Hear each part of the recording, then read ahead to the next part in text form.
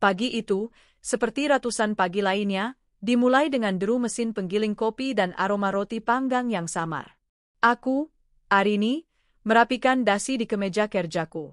Pantulan di cermin menunjukkan seorang wanita karir berusia 30-an dengan mata yang sedikit lelah namun selalu memancarkan tekad. Di belakangku, di ranjang ukuran king yang seharusnya menjadi saksi cinta kami, Bram, suamiku, masih menggeliat. Mas, bangun. Nanti kesiangan buka showroom, ujarku, melembutkan suara. Bram bergumam, menarik selimut lebih tinggi. Masih jam 7, sayang. Kamu aja yang rajin banget. Aku tersenyum simpul. Hidupku nyaris sempurna. Aku memiliki karir yang cemerlang di sebuah perusahaan multinasional, seorang putra yang cerdas, Dani, yang kini sudah kelas 4 SD, dan seorang suami tampan, Bram, yang sedang merintis usahanya sendiri. Aku bahkan membantunya membangun showroom motor di samping rumah kami, memanfaatkan tanah sisa peninggalan ayahku. Dan tentu saja, ada Rina. Mbak Arini. Suara manja itu terdengar dari ambang pintu. Adikku satu-satunya, Rina, berdiri di sana dengan piyama satin tipis yang sedikit terlalu terbuka untuk pagi hari. Rambutnya yang panjang tergerai berantakan. Kenapa, Rin? Belum siap-siap kuliah? Tanyaku sambil memakai jam tangan. Itu, uang sakuku habis, Mbak. Katanya hari ini ada praktikum di luar kampus, butuh biaya tambahan, rengeknya. Aku menghela napas. Ini sudah pertengahan bulan. Tapi aku tak pernah bisa tega. Sejak ibu dan ayah kami tiada, aku merasa bertanggung jawab penuh atas Rina. Dialah satu-satunya keluarga kandung yang tersisa. Aku yang memintanya tinggal bersama kami setelah dia lulus SMA, aku pula yang membiayai kuliahnya di jurusan Desain Komunikasi Visual di universitas swasta ternama. Nanti Mbak transfer, kataku. Sekarang kamu mandi, siap-siap. Jangan sampai telat. Siap, Mbak Bos, katanya riang, lalu matanya melirik ke arah ranjang. Mas Bram, bangun, udah siang? Iya, bawel, sahut Bram dari balik selimut, suaranya terdengar lebih jernih. Aku mencium kening Dani yang sedang sarapan di meja makan. Dani, belajar yang rajin, ya. Nanti pulang sekolah dijemput Bei Inah. Dani, putraku, hanya mengangguk. Akhir-akhir ini dia menjadi lebih pendiam. Aku mengira itu hanya fase pra-remaja. Mama berangkat, ya, nak? Iya, Ma. Di garasi, aku melihat Bram sudah keluar dari rumah, bukan menuju kamar mandi, tapi berjalan santai ke arah showroom di samping rumah. Dia hanya memakai kaos oblong dan celana pendek. Mungkin mau mengecek motor baru, pikirku. Mas, aku berangkat, teriakku dari dalam mobil. Iya, hati-hati, sayang. Nanti malam aku minta pijat, ya, balasnya, diselingi tawarnya Rina dari teras rumah. Aku tersenyum dan melambaikan tangan, melajukan mobilku menembus kemacetan pagi, tak menyadari bahwa surga kecil yang kubangun dengan susah payah, sebenarnya adalah panggung sandiwara paling menyakitkan dalam hidupku. Pekerjaan di kantor hari itu sungguh menguras tenaga. Rapat maraton dengan klien dari luar negeri membuatku baru bisa menyentuh ponselku pukul 3 sore. Ada beberapa panggilan tak terjawab.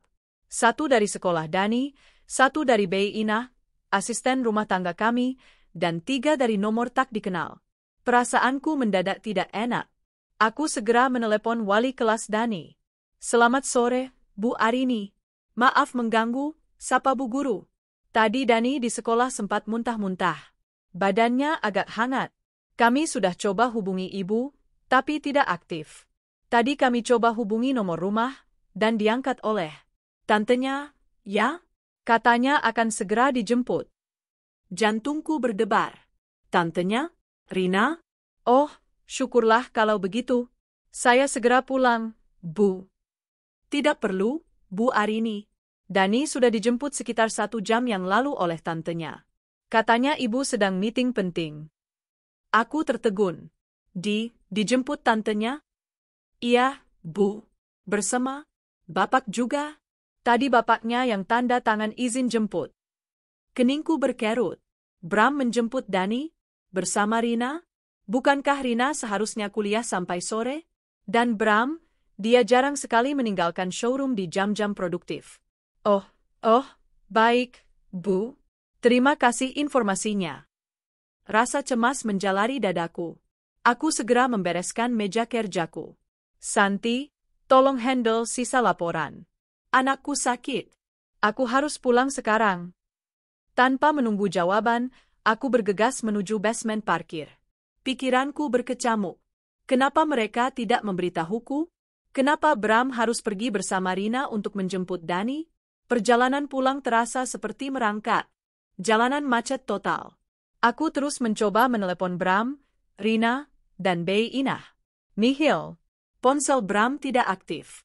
Ponsel Rina aktif, tapi tidak diangkat. Bei Inah juga sama. Ada apa ini? Setengah jam kemudian, aku membanting setir memasuki halaman rumah. Suasana tampak sepi. Mobil Bram terparkir rapi, begitu pula motor matic Rina yang kubelikan setahun lalu. Showroom di samping rumah tampak tutup. Gembok besar menggantung di pintu lipatnya. Aneh. Ini baru jam 4 sore. Aku bergegas masuk ke dalam rumah. Dani, sayang, kamu di mana? Sunyi. Bei Inah. Rina. Mas Bram? Tidak ada jawaban. Rumah terasa kosong melompong.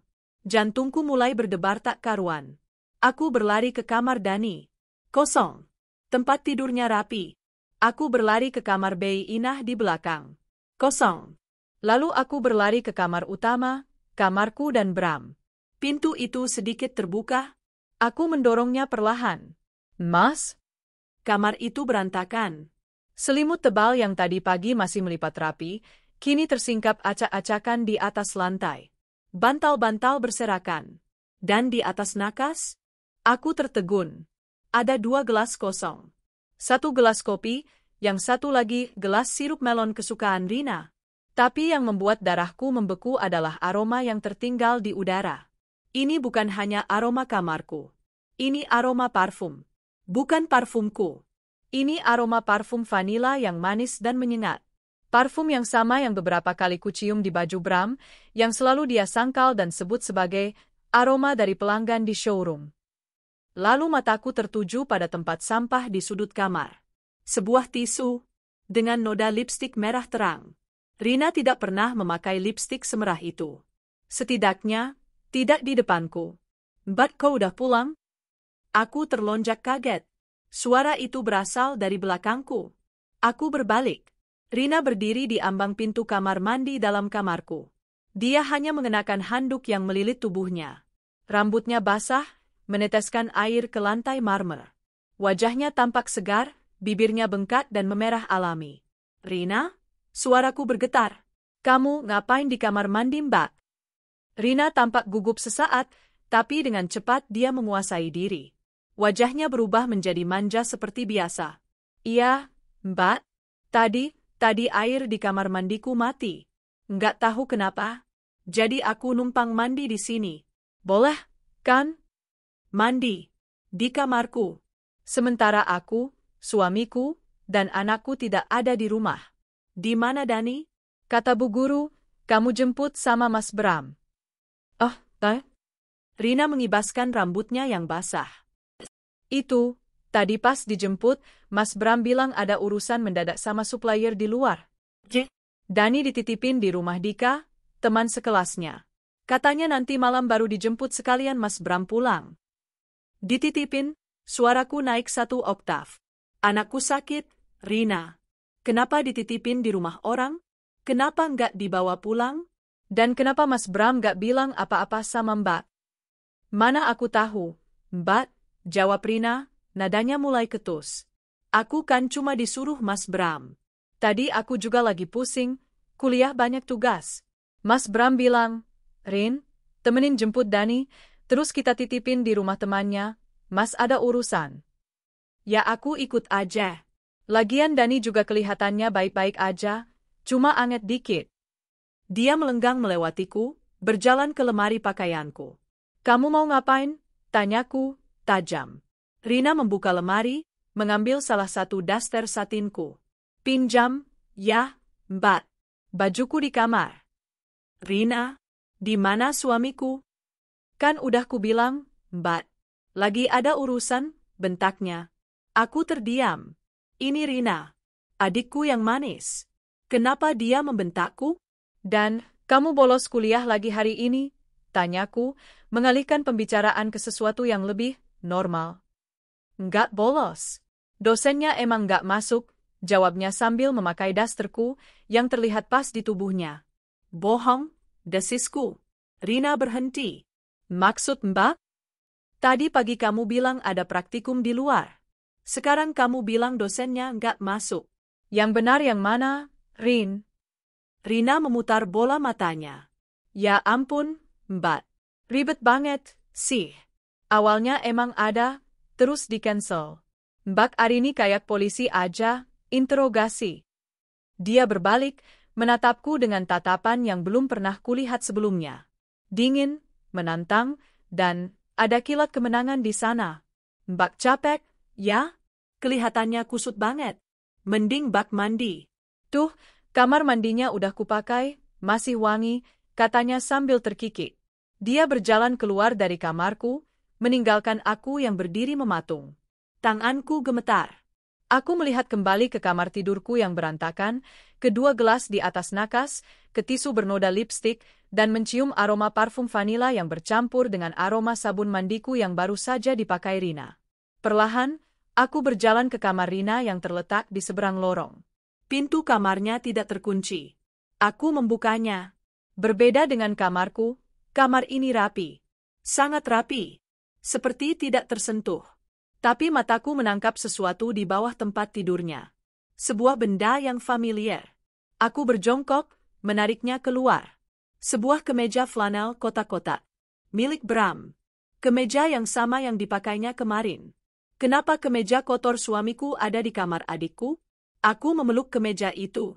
Aroma parfum vanila yang sama, parfum Rina, tercium kuat, bercampur dengan aroma keringat khas Bram. Saat itulah sebuah kecurigaan yang mengerikan, yang selama ini selalu kutepis jauh-jauh, mulai merayap masuk ke dalam hatiku. Tidak mungkin. Aku menggelengkan kepala, berusaha menyangkal. Ini Rina, adikku. Ini Bram, suamiku. Mereka tidak mungkin. Tiba-tiba, ponselku berdering. Bei Inah. Halo, Bei. Bibi dari mana aja? Ditelepon dari tadi nggak diangkat. Maaf, Non. Tadi Bibi disuruh Tuan Bram sama Non Rina buat? Suara Bei Inah terdengar gugup. Disuruh apa, Bei? Disuruh beli obat nyamuk ke warung depan, tapi yang jauh, Non. Yang di seberang jalan tol. Katanya sekalian beli stok bulanan. Pas Bibi pulang, rumah udah sepi. Non Dani juga nggak ada. Jalan tol. Itu berarti Bei Inah pergi setidaknya 1 jam. Ponsel di tanganku terasa mendingin. Non Arini masih di sana? Aku tidak menjawab. Pikiranku terbang ke showroom yang tutup di jam produktif. Ke Dani yang dititipkan. Ke Bei Inah yang disuruh pergi jauh. Ke Rina yang mandi di kamarku. Dan ke kemeja Bram di bawah tempat tidur Rina. Semua kepingan puzzle itu mulai tersusun, membentuk sebuah gambar yang begitu busuk dan memuakkan. Aku terduduk lemas di lantai kamar Rina. Hari itu, untuk pertama kalinya, aku menyadari bahwa surga yang kubangun ternyata hanyalah sebuah fasad. Dan di baliknya, ada pengkhianatan yang paling dalam. Aku terduduk di lantai kamar Rina yang dingin, memeluk kemeja flanel suamiku. Aroma parfum vanila dan keringat Bram serasa mencekikku. Aku ingin menangis, berteriak, mengamuk. Tapi suaraku tertahan di tenggorokan. 15 menit kemudian, yang terasa seperti selamanya, aku mendengar deru mobil Bram memasuki garasi, diikuti suara tawa Dani. Assalamualaikum. Papa pulang. Aku buru-buru melempar kemeja itu kembali ke kolong tempat tidur Rina, mengusap wajahku yang basah, dan memaksa kakiku berdiri. Aku harus terlihat normal. Aku belum siap untuk perang, aku butuh lebih banyak bukti. Saat aku keluar dari kamar Rina, aku berpapasan dengannya di lorong. Dia sudah berganti pakaian dengan kaos oblong longgar dan celana pendek. Dia menatapku dengan alis terangkat. Ngapain, Mbak? Nyariin aku, tanyanya, santai. Di mana Dani? Tanyaku, suaraku datar, mengabaikan pertanyaannya.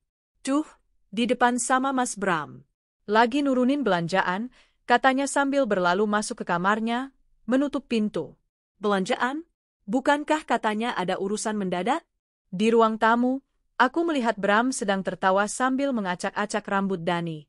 Di meja, ada 3 kantong plastik besar berisi camilan mahal, mainan baru untuk Dani, dan sebuah kotak parfum yang sama persis dengan yang kucium di kamar Rina. Sayang, udah pulang, sapa Bram, senyumnya lebar, seolah tidak ada yang terjadi. Tadi Mas ada urusan mendadak, sekalian jemput Dani. Terus dia minta mainan, ya udah, kita mampir mall sebentar. Bibirku bergetar. Urusan mendadak? Iya, biasa, supplier. Diajak makan siang sekalian. Nih, katanya, menyodorkan kotak parfum itu. Buat kamu. Aku menatap kotak itu. Ini bukan untukku. Ini adalah sogokan, alat untuk menutupi kebusukannya. Makasih, desisku.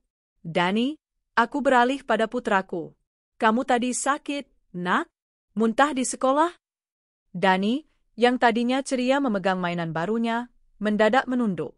Dia melirik sekilas ke arah Bram, lalu menggeleng. Enggak, udah sembuh. Tadi cuma masuk angin. Bram tertawa. Iya, nih. Anak jagoan papa masa sakit. Udah, ya, papa mau mandi. Gerah banget. Dia menepuk bahu Dani. Ingat, ya, jagoan. Hanya 2 kata itu. Ingat, ya, tapi aku melihatnya. Aku melihat bahu kecil Dani menegang ketakutan. Aku melihat matanya yang cerah meredup dalam sekejap. Itu bukan pesan seorang ayah. Itu adalah ancaman. Malam itu, di meja makan, aku memperhatikan mereka. Bram dan Rina. Mereka bersikap seperti biasa, saling melempar lelucon, membicarakan hal-hal sepele. Bram memuji masakanku. Rina mengeluh soal dosennya. Tapi aku melihatnya. Cara Rina mengambilkan nasi untuk Bram, padahal aku, istrinya, duduk tepat di sebelahnya. Cara Bram secara tidak sengaja menyentuh punggung tangan Rina saat mereka berebut lauk. Cara mereka saling bertukar pandang sepersekian detik ketika aku sedang menunduk.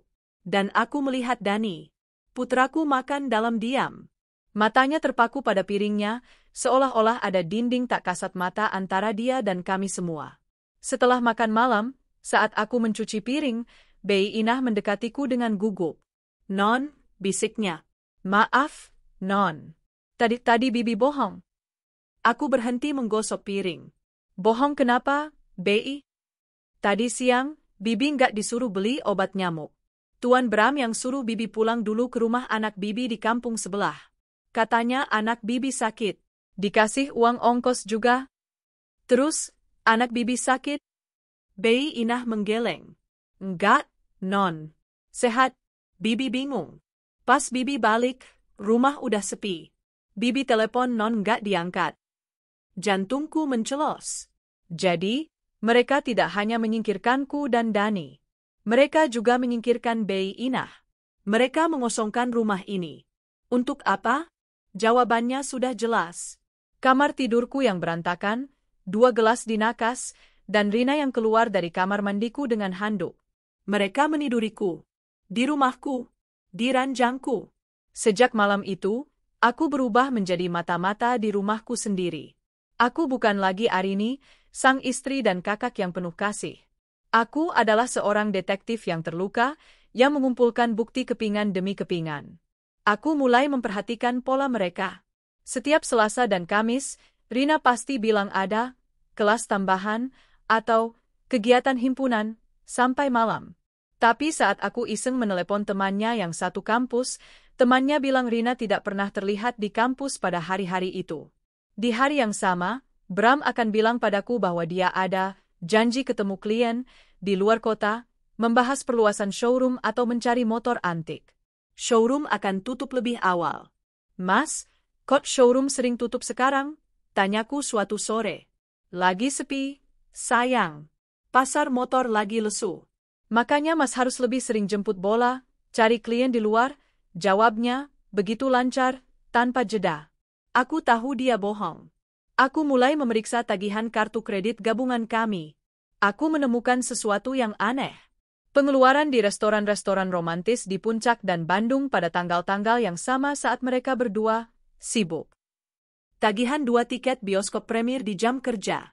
Tagihan pembelian pakaian dalam wanita di sebuah butik mahal yang jelas bukan untukku. Uangku. Uang hasil jerih payahku, hasil aku lembur siang dan malam, dipakai oleh suamiku untuk bersenang-senang dengan adikku sendiri. Adik yang kubiayai kuliahnya. Rasa sakit itu berubah menjadi amarah yang dingin. Tapi puncak dari kecurigaanku adalah perubahan sikap Dani. Putraku yang dulu ceria dan banyak bicara, kini menjadi bayangan dirinya sendiri. Dia sering mengigau dalam tidurnya. Jangan-jangan, Papa. Dani nggak bilang Mama. Setiap kali Bram pulang, Dani akan refleks mencari tempat bersembunyi. Di balik punggungku, di kamarnya, atau di dapur dekat Bei Inah. Dia menghindari ayahnya dengan cara yang menyayat hati. Dan dia mulai membenci Rina. Suatu sore, Rina mencoba memeluk Dani yang baru pulang sekolah. Halo, ponakan tante yang ganteng. Dani mendorong Rina dengan kasar. Jangan sentuh aku, teriaknya, lalu berlari ke kamar dan membanting pintu. Rina tampak kaget, lalu menatapku dengan kesal. Anak Mbak kenapa, sih? Makin gak sopan aja. Didikan Mbak gimana? Aku tidak menjawab. Aku berjalan ke kamar Dani. Aku menemukannya meringkuk di sudut tempat tidur, memeluk lututnya, dan menangis tanpa suara. Sayang, aku duduk di sampingnya, mengelus rambutnya. Kenapa, Nak? Kenapa kamu kasar sama Tante Rina? Dani menggeleng keras. Dani, cerita sama Mama. Apa yang Papa dan Tante Rina lakukan sama kamu? Dia menatapku dengan mata sembabnya. Mata itu penuh ketakutan. Papa jahat, bisiknya. Jahat kenapa, sayang? Waktu itu, Dani pulang sekolah lebih cepat. Bei Inah lagi di belakang. Dani masuk rumah. Dani lihat. Dia berhenti, air matanya kembali mengalir. Lihat apa, Nak? Desakku, hatiku serasa diremas. Dani lihat Papa. Papa lagi peluk Tante Rina di sofa ruang tamu. Terus, mereka ciuman. Dad, duniaku berhenti berputar. Terus, mereka lihat Dani, lanjutnya, suaranya bergetar hebat. Tante Rina teriak. Papa langsung lari ke Dani. Papa pegang tangan Dani kencang. Sakit, sakit. Aku memejamkan mata, menahan amukan yang membara. Papa bilang, Isak Dani, Papa bilang, Dani, kalau kamu berani bilang ini sama Mama, Papa akan buang Mama jauh-jauh. Papa nggak akan sayang lagi sama Dani. Dan Papa akan hukum Dani. Tante Rina juga. Tante Rina bilang, anak nakal, pengintip. Awas kamu, ya? Ya Tuhan. Mereka tidak hanya mengkhianatiku. Mereka mengancam anakku. Anakku yang baru berumur 9 tahun. Mereka meracuni pikirannya, menanamkan ketakutan hanya untuk menutupi dosa mereka. Mama, Dani sayang Mama. Dani nggak mau Papa buang Mama, tangisnya pecah. Aku memeluk putraku erat. Air mataku luruh, membasahi rambutnya. Ini bukan lagi tangisan kesedihan. Ini adalah tangisan perang. Bisikku. Mama nggak akan kemana-mana. Mama janji. Dani anak baik. Dani anak pintar. Makasih udah jujur sama Mama. Aku melepaskan pelukannya, menatap matanya dalam-dalam.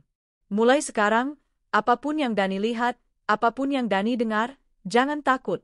Tapi jangan bilang Papa atau Tante kalau kamu cerita ke Mama. Ngerti? Dani mengangguk pelan. Ini rahasia kita berdua. Malam itu, aku tidur memunggungi Bram. Aku bisa merasakan dia mencoba memelukku, tapi aku menepis tangannya. Kamu kenapa, sih, Rin? Sensitif banget beberapa hari ini. Lagi PMS? Tanyanya. Aku tidak menjawab. Aku memejamkan mata, tapi aku tidak tidur. Aku menyusun rencana. Aku tidak akan membiarkan mereka menghancurkan hidupku dan hidup putraku. Jika mereka ingin bermain api, aku akan memastikan mereka terbakar habis. Kecurigaan telah berubah menjadi kepastian. Bukti ada di depan mataku, melalui tagihan kartu kredit, dan yang paling menyakitkan, melalui trauma di mata putraku sendiri. Aku hanya menunggu waktu yang tepat. Satu kesalahan fatal mereka, dan aku akan menyerang. Pelukan yang kuberikan pada Dani malam itu adalah sebuah sumpah. Sumpah bahwa aku akan melindunginya, dan sumpah bahwa aku tidak akan membiarkan dua pengkhianat itu hidup tenang di atas penderitaanku. Hari-hari berikutnya adalah neraka yang beku. Aku menjadi aktris terbaik di rumahku sendiri. Aku tersenyum pada Bram saat dia berangkat kerja. Aku mengingatkan Rina untuk tidak lupa sarapan. Aku menyiapkan bekal untuk Dani. Aku berangkat ke kantor, memimpin rapat, menganalisis data, tapi di dalam, aku hancur. Setiap senyuman terasa seperti goresan di hati. Bram dan Rina mungkin merasa aman setelah ancaman mereka berhasil membungkam Dani, mulai kembali ke pola lama mereka. Mereka pikir aku tidak tahu apa-apa. Mereka pikir aku adalah Arini yang sama, kakak yang naif dan istri yang terlalu sibuk. Mereka salah. Aku kini adalah pengamat. Aku mulai memperhatikan hal-hal yang dulu kuabaikan. Ada sesuatu yang ganjil, sesuatu yang tidak pada tempatnya, yang kini terlihat begitu jelas. Suatu pagi, aku melihat jam tangan kulit milik Bram, yang kuberikan sebagai hadiah ulang tahun pernikahan kami, tergeletak santai di meja rias Rina. "Jam Mas Bram kenapa ada di kamarmu, Rin?" tanyaku, suaraku kubuat setenang mungkin. Rina, yang sedang memoles lipstik, terlonjak kaget. "Oh, itu, semalam Mas Bram kesini, benerin lampu kamarku yang mati." "Ketinggalan mungkin," jawabnya, sedikit gugup, tapi cepat sekali menguasai diri. "Lampu kamarnya tidak mati. Tadi malam aku melihatnya menyala terang." Di lain waktu, saat aku membersihkan mobil Bram, karena Bei Ina sedang sakit dan aku ingin mencari udara segar, aku menemukan jepit rambut mutiara di bawah kursi penumpang depan. Itu jepit rambut yang kubelikan untuk Rina saat kami berlibur ke Bali tahun lalu. Dan yang paling menyakitkan, malam hari, aku mulai menderita insomnia. Pukul 2 dini hari, aku akan terbangun dan mendapati sisi ranjang di sebelahku kosong. Bram tidak ada. Awalnya aku berpikir dia di kamar mandi atau di ruang kerja. Tapi suatu malam, didorong oleh kecurigaan yang membara, aku bangkit dari tempat tidur. Rumah itu gelap dan sunyi. Aku berjalan tanpa suara menyusuri lorong. Pintu kamar Rina sedikit terbuka. Dari celah itu, aku bisa mendengar. Bukan percakapan. Bukan teriakan, tapi desahan. Desahan tertahan dan tawa kecil yang saling bersahutan. Suara suamiku dan suara adikku. Di dalam rumahku. Beberapa meter dari kamar tidurku. Beberapa meter dari kamar tidur putraku. Aku berdiri di sana, di lorong gelap itu, tanganku mengepal begitu erat hingga kuku-kuku jariku menancap di telapak tangan. Aku ingin mendobrak pintu itu. Aku ingin menjambak rambut mereka berdua. Aku ingin berteriak hingga seluruh kompleks terbangun. Tapi aku tidak melakukannya. Aku berbalik, kembali ke kamarku dalam diam. Aku berbaring di ranjang yang kini terasa dingin dan asing. Aku menatap langit-langit, dan air mata mengalir tanpa suara. Bukan, ini bukan waktunya. Jika aku mengamuk sekarang, mereka akan menyangkalnya. Mereka akan berbalik menyalahkanku, menyebutku gila. Aku butuh bukti yang tak terbantahkan. Dan mereka, seolah tahu aku sedang menunggu, mulai merencanakan sesuatu yang lebih besar. Mereka mulai menguras keuanganku. Rina datang padaku suatu sore. Wajahnya dibuat semelas mungkin. "Mbak, maaf banget. Aku ada kebutuhan kuliah mendadak." "Kebutuhan apa lagi, Rin? Bulan ini Mbak sudah transfer 3 kali." "Ini beda, Mbak. Ini KKL, kuliah kerja lapangan. Wajib. Keluar kota, Mbak. Seminggu. Ke Jogja, katanya. Kalau nggak ikut, nilaiku bisa hancur. Dan biayanya lumayan, Mbak. Untuk transportasi, penginapan, sama biaya modul." Dia menyodorkan selembar kertas yang tampak seperti proposal, lengkap dengan stempel kampus yang tampak, setelah ku perhatikan, sedikit buram, seperti hasil scan yang dicetak ulang. Aku menatap matanya. Mata yang dulu kuanggap lugu, kini penuh dengan kebohongan. Dia tidak akan kuliah. Dia akan berlibur. "Berapa?" tanyaku, datar. 5 juta, Mbak? Cicitnya, uang itu adalah uang tabunganku untuk bonus akhir tahun Bei Inah. Aku mengambil ponselku, membuka aplikasi mobile banking. Mbak, makasih banyak, ya. Mbak emang kakak terbaik, serunya, langsung memelukku saat notifikasi transfer masuk. Aku hanya menepuk punggungnya. Kuliah, kamu lancar? Ya, desisku. Dia tidak menangkap nada sinisku. Dia terlalu sibuk merayakan kemenangannya. 2 hari setelah itu, giliran Bram. Dia pulang dengan wajah sumringah, membawa martabak kesukaanku. Dia memijat bahuku saat aku sedang memeriksa pekerjaan di laptop. Sayang, Mas punya kabar bagus, katanya. Apa? Mas dapat undangan eksklusif ke pameran motor antik di Jogja. Ini peluang emas, sayang. Mas bisa dapat link ke kolektor-kolektor besar. Ini bisa jadi lompatan besar buat showroom kita. Jogja, kota yang sama, waktu yang sama. Darahku berdesir. Kebetulan yang dirancang dengan begitu sempurna. Oh, ya? Kapan? Minggu depan. Pas banget. Sekitar seminggulah di sana. Gimana menurut kamu? Bagus, Mas. Kataku sambil tersenyum palsu. Semoga usahamu lancar. Nah, gitu dong, istriku. Dia mencium keningku. Mas lagi butuh modal tambahan sedikit. Buat DP kalau ada barang bagus yang harus di-DP di tempat. Kamu bisa bantu support dulu? Nanti Mas ganti. Aku menatapnya. Pria yang kunikahi. Ayah dari anakku. Berbohong di depan wajahku, menggunakan impianku akan kesuksesan showroom kami sebagai alat untuk membiayai perselingkuhannya. Tentu, Mas. Berapa? Nggak banyak, 10 juta aja cukup. Lagi. Aku membuka ponselku. Uang itu seharusnya untuk membayar uang muka mobil baru. Makasih, sayang. Kamu memang istri paling pengertian, katanya, memelukku erat. Pelukan itu terasa seperti lilitan ular. Seminggu kemudian, mereka pergi. Rina berangkat lebih dulu pada hari Senin pagi, diantar ojek online yang kupesankan. 4, aku berangkat, ya. Doain lancar. Hati-hati, kataku dari teras. Bram berangkat pada Selasa pagi. Dia menciumku dan Dani. Jagoan papa, jaga mama, ya. Papa mau cari uang yang banyak buat kalian. Dani hanya mengangguk, lalu berlari masuk ke dalam, seolah jijik disentuh oleh ayahnya. Anak itu kenapa, sih? Gerutu Bram. Mungkin masih ngantuk, jawabku. Hati-hati di jalan, Mas. Pasti, sayang. Dan kemudian, rumah itu sepi. Hanya ada aku, Dani, dan Bei Inah. Untuk pertama kalinya dalam beberapa bulan, aku bisa bernapas. Udara di rumahku tidak lagi terasa sesak oleh kebohongan dan parfum vanila. Non, kok Bibi ngerasa aneh, ya? Ujar Bei Inah sore itu. Aneh kenapa, Bei? Non Rina sama Tuan Bram, perginya kok ya barengan. Non, ke Jogja semua. Jangan-jangan? Aku tersenyum tipis.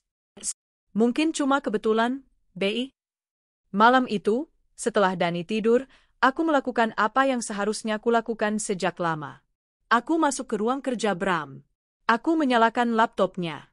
Terkunci dengan kata sandi. Aku menarik napas.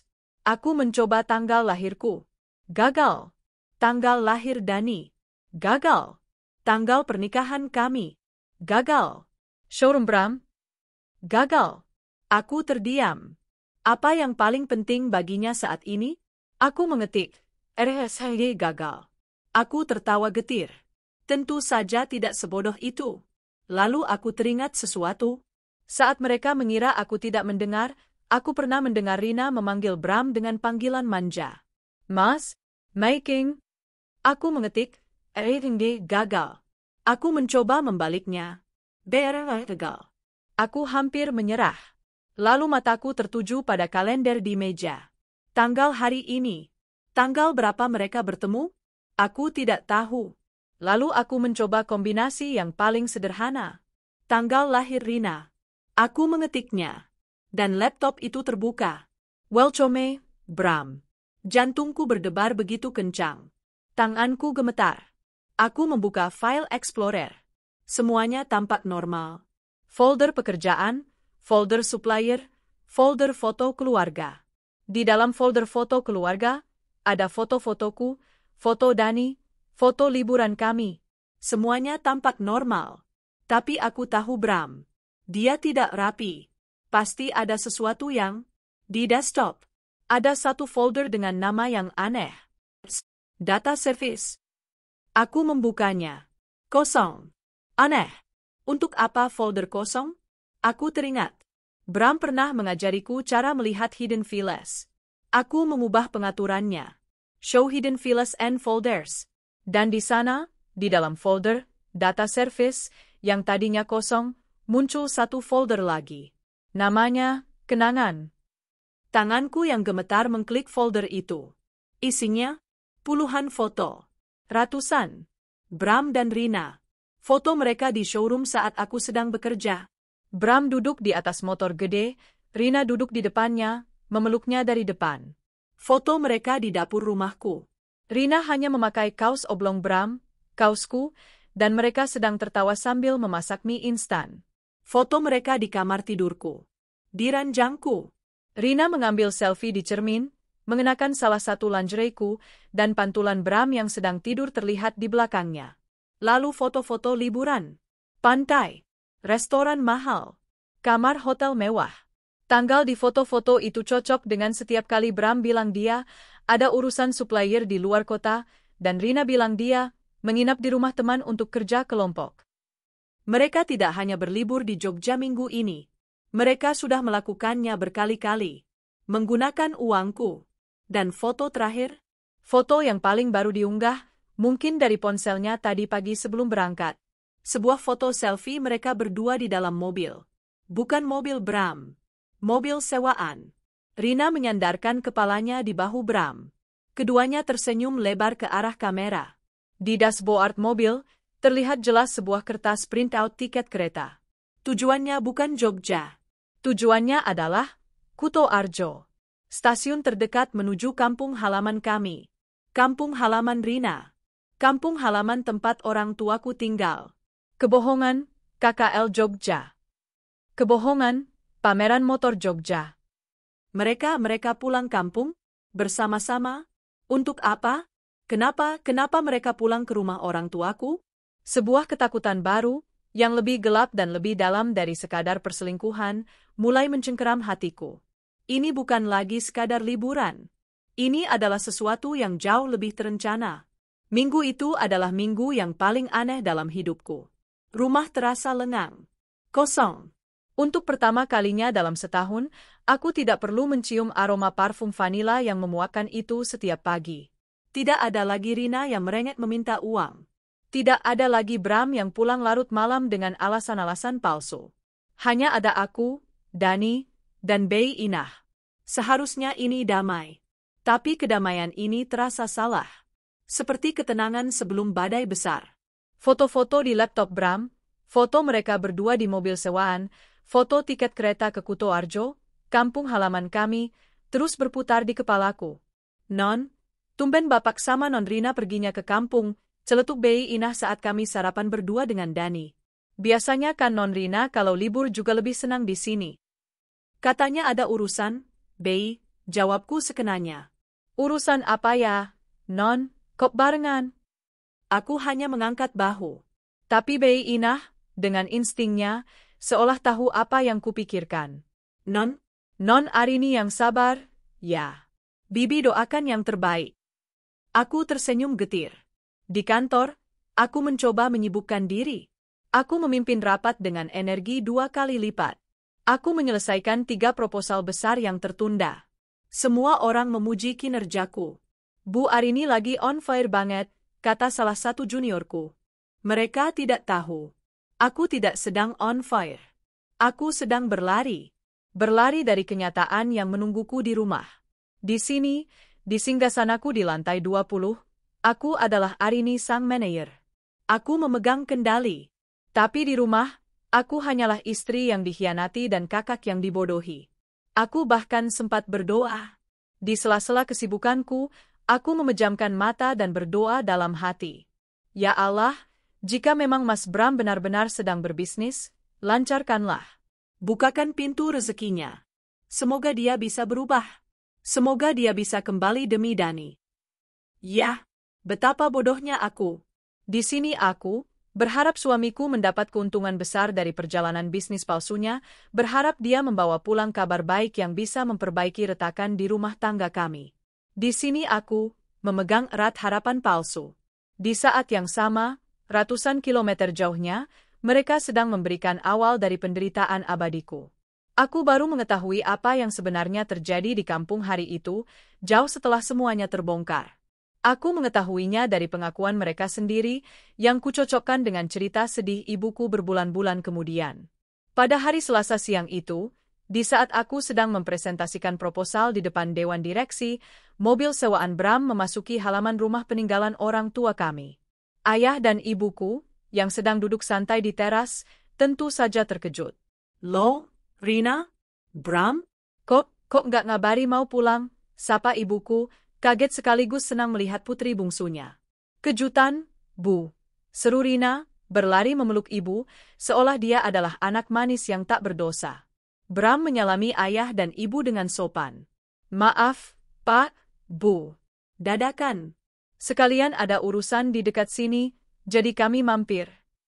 Mereka disambut. Dibuatkan teh hangat dan disajikan singkong goreng. Mereka tertawa-tawa. Ibu menanyakan kabarku dan Dani. Bram menjawab dengan lancar, "Arini sibuk, Bu. Biasa, wanita karir. Dani juga sehat. Ini Bram sekalian mau cari koneksi buat showroom di Jogja." Kebohongan. Semua kebohongan. Lalu, sore itu, saat ayah baru pulang dari musala, mereka mengumpulkan ayah dan ibu di ruang tamu. "Pak, Bu," Bram memulai, suaranya dibuat berwibawa. "Ada hal penting yang mau kami sampaikan." "Hal penting apa?" tanya ayahku, mulai merasakan ada yang tidak beres. Bram menelan ludah, lalu memegang tangan Rina. Saya dan Rina kami saling mencintai. Duniaku mungkin hancur saat menemukan foto-foto itu. Tapi dunia orang tuaku hancur saat mendengar kalimat itu. Ayahku terdiam. Singkong goreng di tangannya terjatuh ke piring. Ibu menutup mulutnya, matanya membelalak ngeri. Apa maksudmu, Bram?" desis ayahku. "Kamu itu suami Arini." Kakaknya. "Saya tahu, Pak. Tapi perasaan tidak bisa dibohongi." Dan apa?" bentak ayahku, amarahnya mulai meledak. "Kamu itu sudah kami anggap anak sendiri. Rina, kamu, tega kamu sama Mbak Mu. Kurang apa dia sama kamu? Dia yang sekolahkan kamu. Dia yang kasih kamu hidup enak di Jakarta. Ini balasanmu." "Bapak nggak ngerti," teriak Rina. "Dari dulu bapak sama ibu memang cuma sayang sama Mbak Arini. Mbak Arini yang pintar, Mbak Arini yang sukses. Aku cuma anak bandel yang selalu salah di mata kalian. Kalian pilih kasih. Itu karena kelakuanmu," seru ayah. "Mbak Mu kerja keras, kamu cuma bisa habiskan uang. Dan sekarang kamu merusak rumah tangganya? Kamu ini binatang, Rin." "Cukup, Pak." Suasana menjadi tegang. Ibu sudah menangis di sudut ruangan. "Bram, Rina," kata ayahku, suaranya kini dingin dan bergetar. "Pulang kalian. Sekarang juga. Sebelum saya seret kalian keluar dari rumah ini. Jangan pernah injak rumah ini lagi. Dan saya sendiri yang akan telepon Arini dan menceritakan semua kebusukan kalian." Ayahku berdiri, hendak mengambil ponselnya. Saat itulah Rina memainkan kartu terakhirnya. "Jangan, Pak," teriaknya histeris. "Bapak nggak bisa usir kami." "Kenapa tidak bisa?" Rina memegang perutnya. Dengan suara gemetar namun penuh kemenangan, dia mengucapkannya. Aku hamil. Aku hamil anak Mas Bram." Hening. Suara jangkrik di luar rumah tiba-tiba terdengar memekakkan telinga. Tangis ibu terhenti. Ayahku membeku di tempatnya. Apa kamu bilang?" bisik ibuku. "Aku hamil, Bu. Sudah 2 bulan, isak Rina, kini berakting menjadi korban. Kami wilaf." Ayahku limbung. Dia terduduk kembali di kursinya, memegangi dadanya. Ini bukan lagi soal pengkhianatan. Ini soal aib. Aib keluarga besar. Di kampung kecil tempat gosip menyebar lebih cepat dari api, berita seorang anak gadis hamil di luar nikah, apalagi dengan suami kakaknya sendiri, adalah kiamat kecil. Disinilah pikiranku takkan pernah bisa memaafkan mereka. Orang tuaku. Belakangan ibu bercerita padaku sambil menangis. Endut, ibu kasihan sama kamu. Hati ibu hancur. Tapi ibu lebih tak tega lagi, perut adikmu sudah isi. Bagaimana kata orang nanti? Ayahmu bisa mati berdiri menanggung malu. Pikiran mereka bukan lagi tentang keadilanku. Pikiran mereka adalah tentang menyelamatkan muka. Kasihan padaku. Tak tega pada aib. Dan akhirnya, dengan hati yang remuk redam, ayahku membuat keputusan paling pengecut dalam hidupnya. Kita nikahkan kalian, desis ayahku, suaranya seperti orang tercekik. Siri, malam ini juga. Panggil Pak Kiai RT sebelah. Jangan sampai ada yang tahu. Tapi, Pak, rintih ibuku. Diam, Bu, bentak ayah. Jangan beritahu Arini. Jangan hancurkan dia sekarang. Biar ini jadi rahasia kita. Kita tutupi aib ini. Maka, malam itu, di saat aku sedang menelepon Dani untuk mengucapkan selamat tidur, di saat aku masih berharap suamiku pulang membawa kabar baik. Di ruang tamu rumah masa kecilku, di depan ayah dan ibuku yang menangis dalam diam, suamiku, Bram, menjabat tangan Pak Kiai dan mengucapkan ijab kabul. Dia menikahi adikku, Rina, dengan wali ayahku sendiri, tanpa sepengetahuanku, tanpa izinku. Mereka telah meresmikan pengkhianatan itu di bawah restu terpaksa kedua orang tuaku. Mereka tidak hanya mengkhianatiku. Mereka telah bersekongkol denganku, dengan ayah dan ibuku sebagai kaki tangannya. 3 hari kemudian, aku menerima pesan WhatsApp. Satu dari Bram, sayang, urusan di Jogja beres. Alhamdulillah lancar. Mas dapat beberapa koneksi bagus. Besok pagi Mas pulang.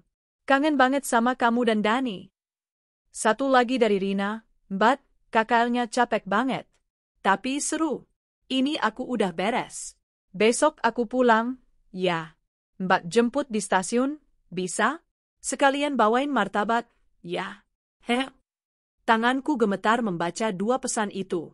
Kebohongan mereka begitu rapi, begitu mulus. Aku membalas pesan Rina, Mbak nggak bisa jemput. Banyak kerjaan. Naik taksi aja. Aku tidak membalas pesan Bram. Besok mereka akan kembali ke rumah ini. Mereka akan kembali, bukan lagi sebagai kakak ipar dan adik ipar yang berselingkuh. Mereka akan kembali sebagai sepasang suami istri. Dan mereka akan tinggal di bawah atap rumahku. Aku menarik napas panjang. Rasa sakit itu sudah hilang, berganti menjadi sesuatu yang dingin dan tajam. Aku sudah tahu mereka pengkhianat. Tapi aku belum tahu kalau mereka kini adalah maduku. Aku berjalan ke kamar Dani. Aku memeluknya yang sedang tertidur pulas. Maafkan Mama, sayang, bisikku. Perangnya akan segera dimulai. Mereka kembali. Seperti 2 aktor yang telah menyelesaikan pertunjukan mereka di kota lain dan kini kembali ke panggung utama. Bram tiba lebih dulu, Selasa pagi, persis seperti janjinya. Dia memarkir mobil di garasi, melangkah masuk, dan langsung memelukku yang sedang berdiri kaku di ambang pintu. Sayang, Mas kangen banget, serunya, suaranya dibuat serak menahan rindu. Dia mencium keningku. Ciuman itu terasa seperti es. Aku tidak membalas pelukannya. Aku hanya berdiri di sana, membiarkan lengannya melingkari tubuhku. Kamu kenapa? Kok kaku? Tanyanya, melepaskan pelukan dan menatapku. Capek, jawabku singkat. Gimana urusannya? Lancar? Lancar banget, katanya, matanya berbinar, binar kebohongan. Mas dapat link kolektor besar. Dia janji mau mampir ke showroom kita bulan depan. Ini bakal jadi deal besar. Dia mengambil sebuah kotak beludru kecil dari tasnya. Ini, oleh-oleh buat istriku yang paling sabar. Aku membukanya. Sebuah bros perak berdesain kuno. Cantik. Dan mahal. Dibeli dengan uangku, untuk menyogokku. Makasih, Mas. Aku meletakkannya di meja. Aku bahkan tidak berminat untuk menyentuhnya lebih lama. Dani berlari keluar dari kamarnya, tapi begitu melihat Bram, langkahnya melambat. "Hei, jagoan," sapa Bram, membentangkan tangan.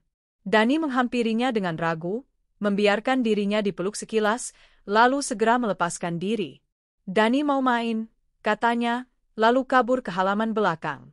Wajah Bram mengeras sesaat. "Anak itu makin gak sopan sama aku.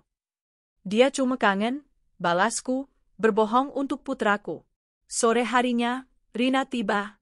Dia turun dari taksi dengan menyeret koper besar, koper yang kubelikan untuknya, dengan wajah cemberut. "Mbak," rengeknya. "Ya ampun, KKL-nya capek banget. Dosennya killer. Aku pegal-pegal semua. Mana makanannya nggak enak." Dia menjatuhkan diri di sofa, persis di sebelah Bram yang sedang menonton TV. Mereka duduk berdekatan. Terlalu dekat untuk ukuran kakak adik ipar. "Makanya, jangan manja," sahut Bram, matanya tetap ke TV, tapi tangannya terulur mengacak-acak rambut Rina. Gitu aja ngeluh. "Ih, Mas Bram."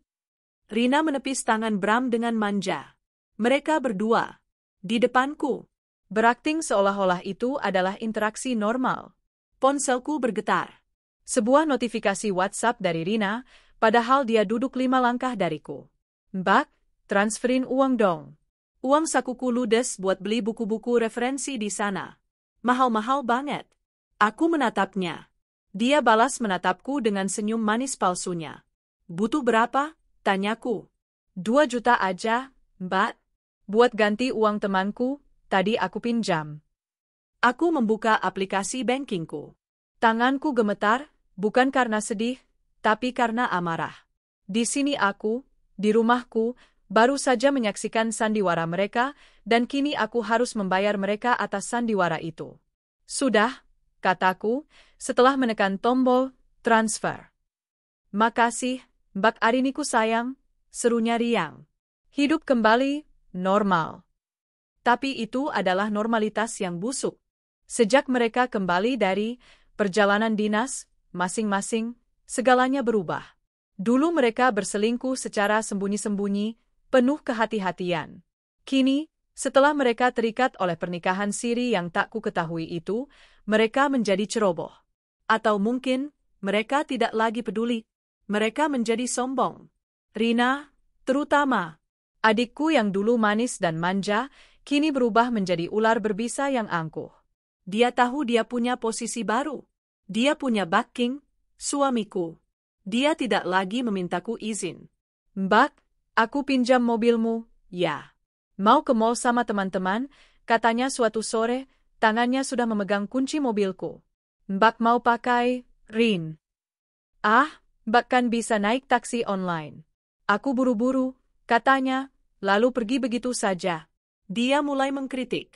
"Bei Inah, masakannya kok hambar banget, sih? Nggak ada rasanya," keluhnya di meja makan. "Bibi masak sesuai selera non Arini," jawab Bei Inah, takut-takut. "Ya, selera Mbak Arini kan beda. Sekali-sekali, masak yang benar, dong. Aku tuh lagi mual kalau makan yang aneh-aneh begini." "Kayak masuk angin terus," gerutunya. "Wah." Aku menatapnya tajam. Dia tampak sedikit lebih pucat.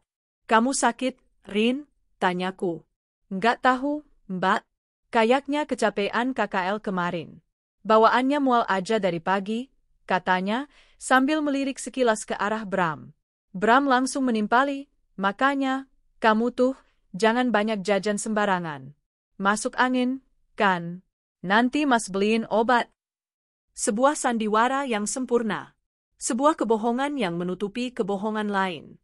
Dan seperti yang kuduga, barang-barang Bram mulai bermigrasi. Aku menemukan charger laptopnya di kamar Rina. "Oh, iya, ketinggalan.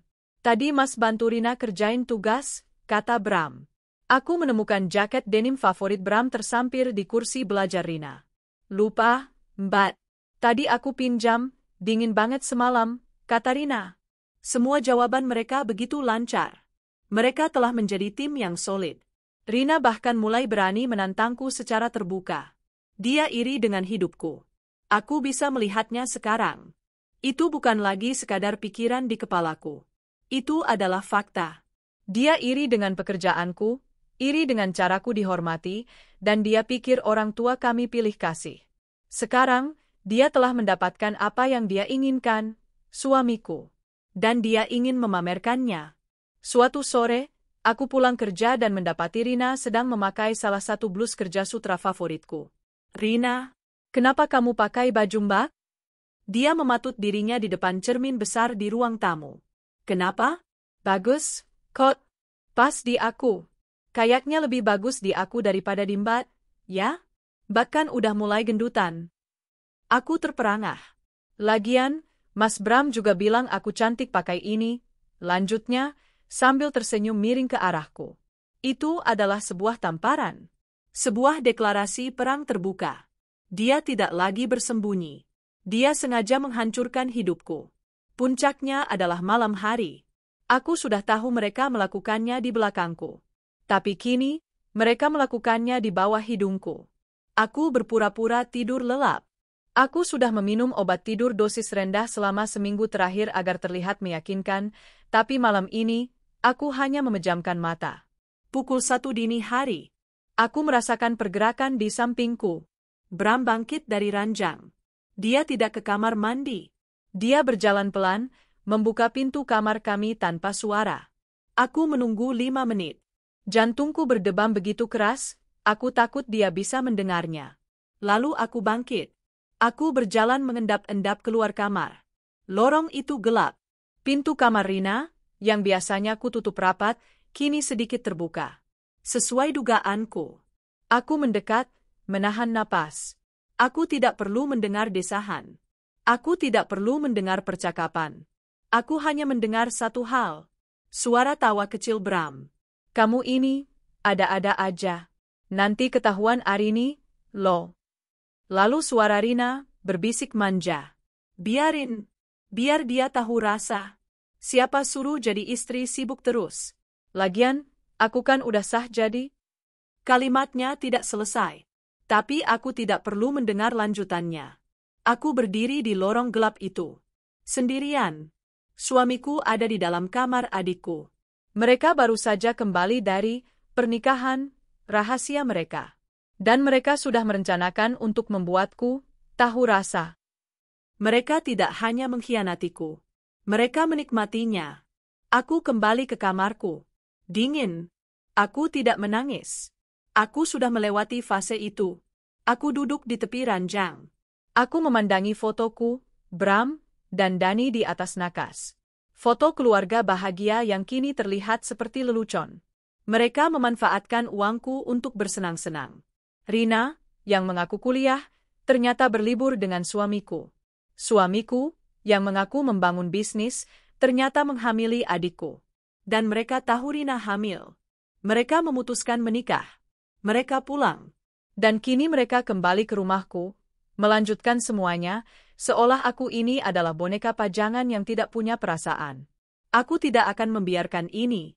Aku tidak akan diam. Aku hanya butuh satu bukti lagi. Bukti yang tidak bisa mereka sangkal di depan umum. Rina bilang dia mual karena masuk angin. Aku tahu itu kebohongan.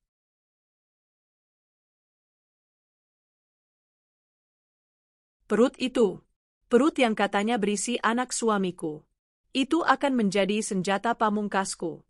Aku akan menunggu. Aku akan menunggu sampai perut itu tidak bisa lagi disembunyikan. Waktu berjalan merangkat. Hari-hari berubah menjadi minggu. Rumahku telah menjadi panggung sandiwara permanen. Aku adalah penonton sekaligus aktris utama, berpura-pura tidak tahu apa-apa, sementara dua pemeran lainnya, suamiku dan adikku, semakin berani memainkan peran mereka sebagai pasangan terlarang. Gejala, masuk angin, Rina semakin nyata. Dia, yang dulu bisa makan apa saja, kini menjadi sangat pemilih. Jangan masak tumis kangkung, baunya bikin mual. Atau, Mbak, aku mau mangga muda. Belikan, ya? Dia mulai sering mengeluh pusing di pagi hari. Dia lebih banyak menghabiskan waktu di kamarnya, atau, lebih tepatnya, di kamarnya dan di kamarku saat aku tidak ada. Pakaiannya yang dulu ketat dan modis, kini berganti menjadi daster dan kaus-kaus longgar milik Bram. Dia berusaha menyembunyikan apa yang tak bisa lagi disembunyikan. Perutnya mulai membuncit. Sangat samar, tapi aku tahu. Aku seorang ibu. Aku tahu tanda-tanda itu. Dan aku menunggu. Aku adalah singa betina yang terluka, mengamati mangsanya, menunggu satu gerakan salah. Satu bukti final yang tak terbantahkan, yang bisa kulempar ke wajah mereka di depan seluruh dunia. Dan hari itu pun tiba. Hari itu adalah hari Rabu. Aku baru saja akan memulai rapat evaluasi bulanan ketika ponselku bergetar. Santi, salah satu anggota timku, menelepon dari rumah sakit. Bu Arini, maaf, saya kecelakaan motor, suaranya terdengar lemah dan penuh rasa sakit. Ya Tuhan, Santi, kamu di mana? Gimana kondisimu? Di klinik Mutiara Bunda, Bu. Dekat persimpangan. Kaki saya patah, Bu, saya takut. Tenang, San. Tenang. Saya ke sana sekarang. Kamu jangan kemana-mana. Saya yang urus administrasinya. Aku segera membatalkan semua jadwalku. Rapat diundur. Ada emergency, kataku pada sekretarisku, menyambar tasku dan berlari ke basement. Klinik Mutiara Bunda. Itu adalah klinik bersalin dan umum yang cukup besar, terkenal dengan poli kebidanannya. Tapi aku tidak memikirkan itu. Pikiranku terfokus pada Santi. Setengah jam kemudian, aku tiba di klinik. Suasananya ramai. Aroma antiseptik dan bedak bayi bercampur di udara. Aku membeli sekeranjang buah di lobi dan bergegas mencari kamar Santi di bagian unit gawat darurat. Aku menemukannya di bilik nomor 3, meringis kesakitan saat perawat memasang perban di lengannya. Santi. Bu Arini. Matanya langsung berkaca-kaca. Saya di sini, kataku, mengurus administrasi, menelepon suaminya, dan memastikan dia dipindahkan ke kamar rawat inap yang nyaman. Aku menghabiskan 1 jam menenangkannya, memastikan semuanya beres. Makasih banyak, Bu. Ibu baik banget, katanya. Enggak apa-apa. Kamu istirahat. Jangan pikirkan pekerjaan. Cepat sembuh, ya. Aku keluar dari kamar rawat inap Santi. Hatiku sedikit lega karena sudah menolongnya, tapi tetap berat membawa beban masalahku sendiri. Aku berjalan menyusuri koridor yang ramai, menuju lobi untuk pulang. Koridor itu bercabang.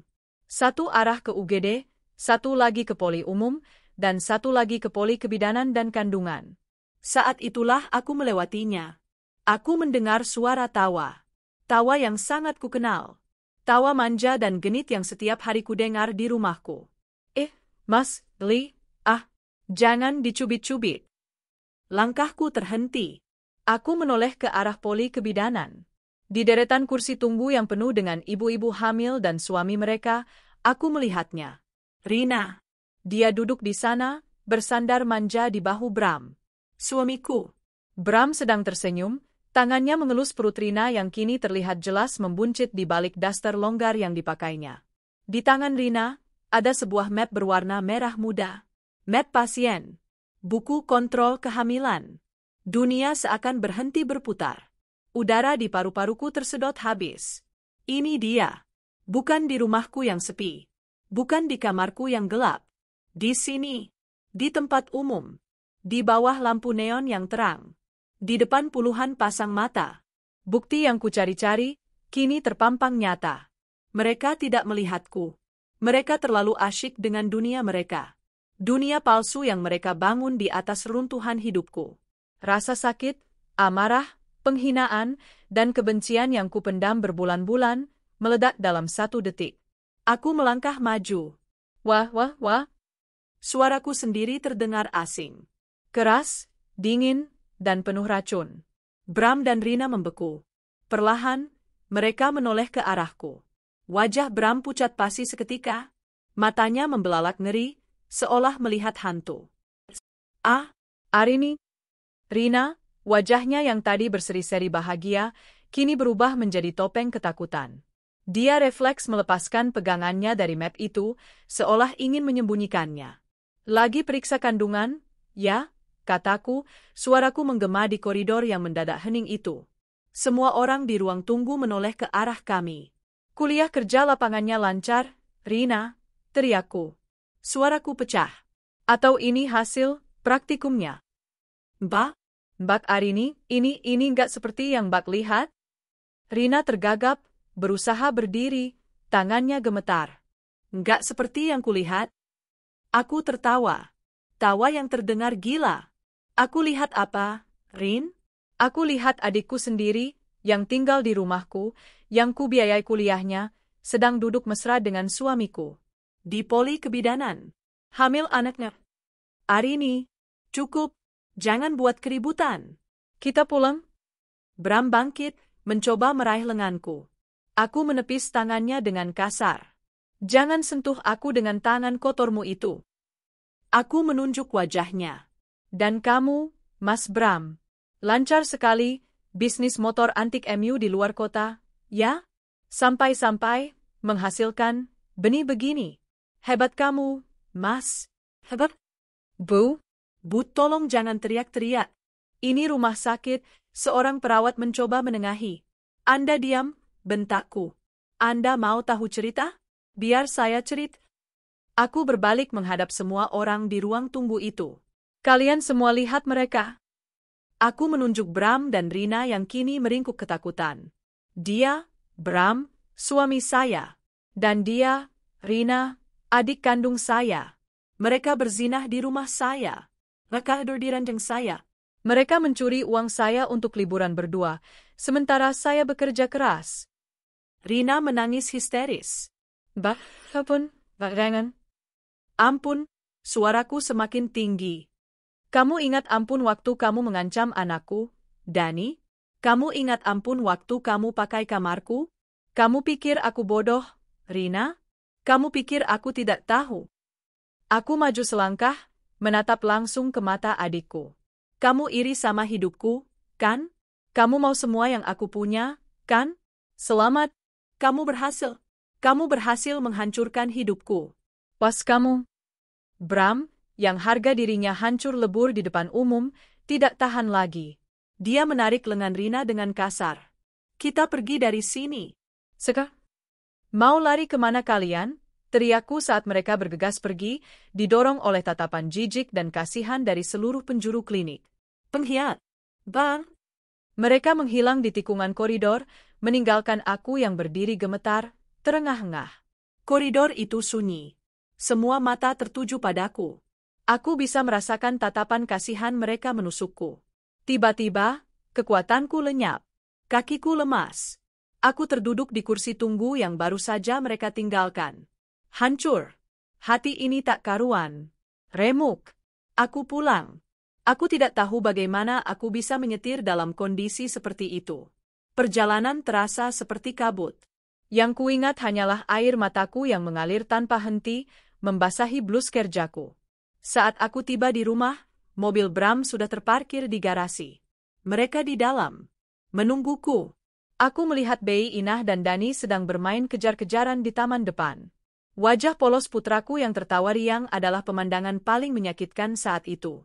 Dia tidak tahu, ayahnya, tantenya, dan ibunya baru saja memainkan adegan paling memalukan dalam hidup mereka.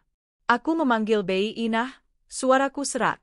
Bei, kataku, berusaha sekuat tenaga agar terdengar tenang. Bei, Inah menoleh dan langsung melihat mataku yang bengkak. Non Arini kenapa? Bei, tolong. Bawa Dani pergi, bisikku.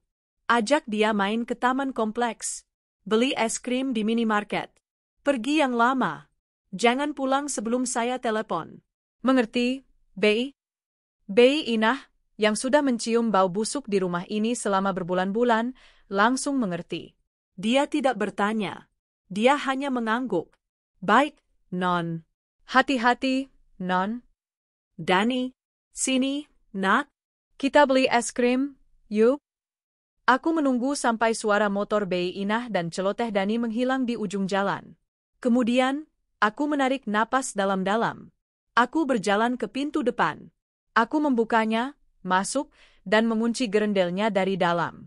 Di ruang tamu, mereka duduk. Bram di satu sofa, Rina di sofa lain, gemetar ketakutan. Bram langsung berdiri. Arini, kamu sudah gila, ya? Mempermalukan aku di...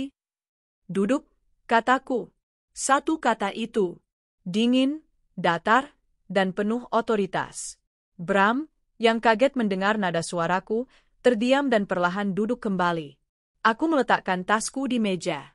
Aku duduk di kursi tunggal, menghadap mereka berdua, seperti seorang hakim yang akan membacakan vonis. Sekarang, kataku, kita bicara tanpa kebohongan lagi. Mbak, aku minta maaf. Isakrina, aku tidak butuh maafmu. Aku butuh kebenaran. Kapan semua ini dimulai? Mereka saling pandang. Jawab. Sejak awal aku tinggal di sini, Mbak, cicit Rina. Setahun, desisku. Kalian bermain di belakangku selama lebih dari setahun. Di rumahku. Bram menunduk. Kami hilaf, Rin. Hilaf? Aku tertawa sinis. Hilaf itu sekali. Ini namanya rencana. Liburan kalian yang pakai uangku. Kamu, Rina, yang bilang KKL keluar kota. Kamu, Mas, yang bilang cari perlengkapan showroom. Itu semua liburan kalian, kan? Kalian pakai uangku untuk bersenang-senang, kan? Mereka tidak bisa menyangkal. Dan puncaknya, aku menatap tajam ke arah Bram.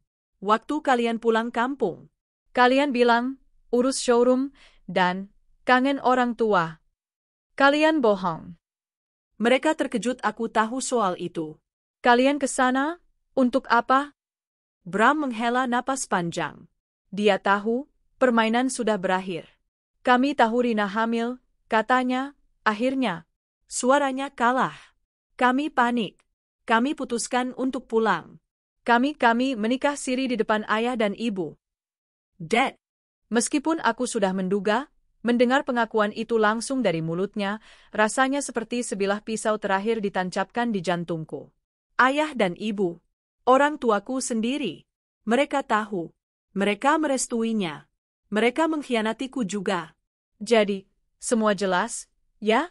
Kataku, suaraku kini bergetar menahan gejolak yang luar biasa.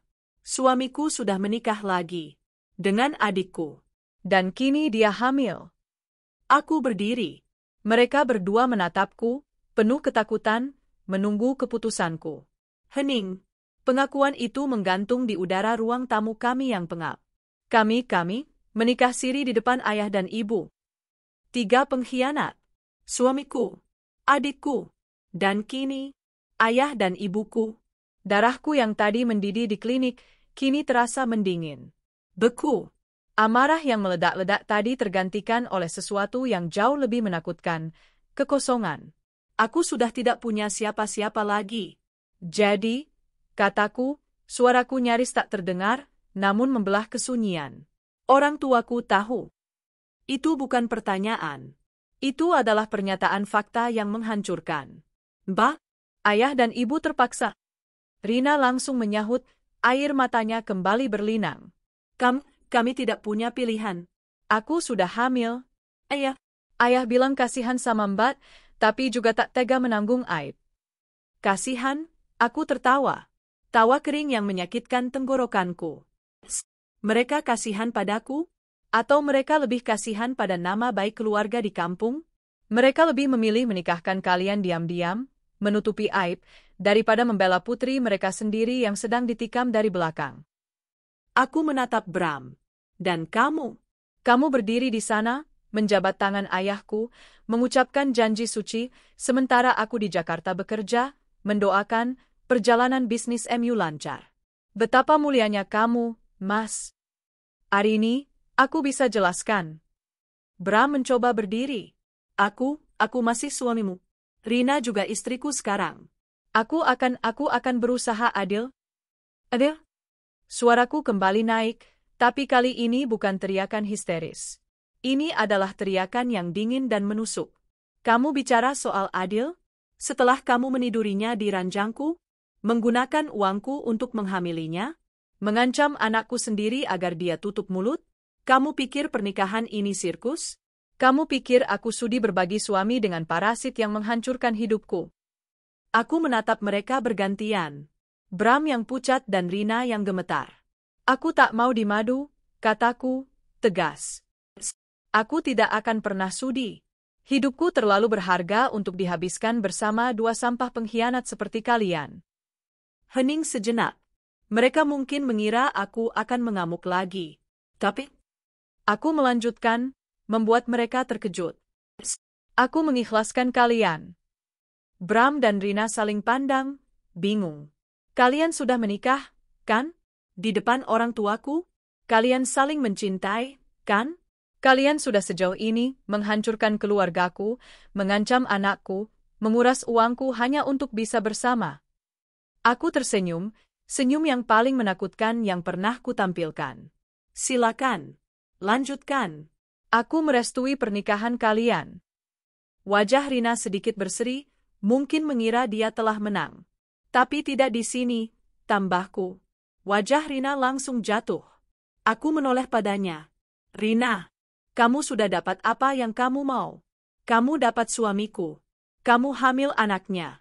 Kamu berhasil membuktikan bahwa kamu bisa merebut apa yang aku punya karena kamu iri dengan hidupku. Selamat. Kamu menang. Aku berdiri. Sekarang, berkemas. Naik ke kamarmu. Ambil semua barangmu. Mbak, maksud Mbak? Ambil semua yang kubelikan untukmu. Baju, tas, sepatu, laptop, ponsel. Ambil semua? Aku tidak mau melihat satupun jejakmu di rumah ini. Mbak mengusirku, isaknya. Tapi ini rumahku juga, aku. Ini rumahku, suaraku akhirnya membahana. Rumah yang kubangun dengan keringatku, dengan lemburku, dengan air mataku. Kamu hanya parasit di sini. Dan parasit harus dibuang. Aku menatapnya tajam. Kamu sudah punya suami. Tanggung jawabmu ada padanya. Pulang. Pulang ke desa. Ke ayah dan ibu yang sudah merestui kalian. Tunjukkan pada mereka hasil pernikahan kalian. Karena mulai detik ini, aku sudah tidak punya adik. Dan aku sudah tidak punya orang tua lagi. Setiap kata adalah paku yang kutancapkan di peti mati hubungan kami. Lalu, aku beralih ke Bram. Dan kamu, kataku, berkemas juga? Bram terlonjak. Arini, apa maksudmu? Ini rumah kita. Rumahku juga. Showroom itu, bagaimana dengan usahaku? Aku tertawa. Usahamu? Showroom itu berdiri di atas tanah siapa, Mas? Tanah warisan ayahku. Atas nama siapa? Atas namaku. Surat-suratnya aman di safe deposit boxku. Anggap saja showroom itu, dan semua isinya, sebagai ganti rugi kecil untuk semua uangku yang kalian pakai foya-foya dan berlibur diam-diam. Kamu gila, Arini. Kamu tega? Aku maju selangkah. Kamu yang bertanya soal tega? Kamu yang tega mengkhianatiku dengan adikku sendiri? Kamu yang tega mengancam anakmu yang masih kelas 4 SD? Kamu yang tega menikah siri di belakangku? Dari kita bertiga, siapa yang gila? Bram terdiam. Kalah. Aku mau kalian berdua pergi dari rumah ini. Malam ini juga. Sebelum anakku pulang. Arini, tolong pikirkan Dani. Rintih Bram, mencoba memainkan kartu terakhirnya. Itu adalah kesalahan fatal.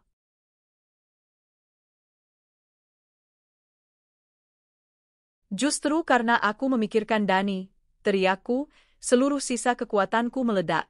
Kamu pikir aku mau anakku tumbuh besar melihat ayahnya tidur dengan tantenya? Kamu pikir aku mau dia hidup dalam kebohongan? Kamu pikir aku mau dia melihat ibunya dipermalukan setiap hari di rumahnya sendiri? Kalian sudah meracuni anakku. Kalian sudah menghancurkan masa kecilnya. Satu-satunya cara untuk menyelamatkannya adalah dengan membuang racunnya. Dan racunnya adalah kalian berdua. Aku berjalan ke arah pintu. Berkemas. Sekarang. Atau aku akan menelepon polisi dan melaporkan kalian berdua atas perzinaan di rumahku. Aku punya saksi. Aku punya bukti. Kalian mau dipermalukan lebih jauh. Ancaman itu berhasil. Ketakutan akan hukum dan rasa malu yang lebih besar membuat mereka bergerak. Aku kembali duduk di sofa tunggal, mengawasi mereka seperti elang. Aku melihat mereka dengan jijik, dua orang yang paling kucintai, berlarian panik, memasukkan pakaian mereka ke dalam koper. Rina menangis terseduh-seduh.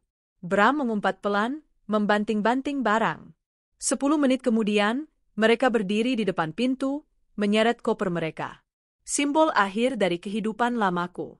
Aku mengambil dompetku, mengeluarkan beberapa lembar uang ratusan ribu, dan melemparkannya ke lantai di depan mereka. Itu, kataku, untuk ongkos taksi dan travel. Pulanglah ke kampung. Atau ke neraka sekalipun. Aku tidak peduli.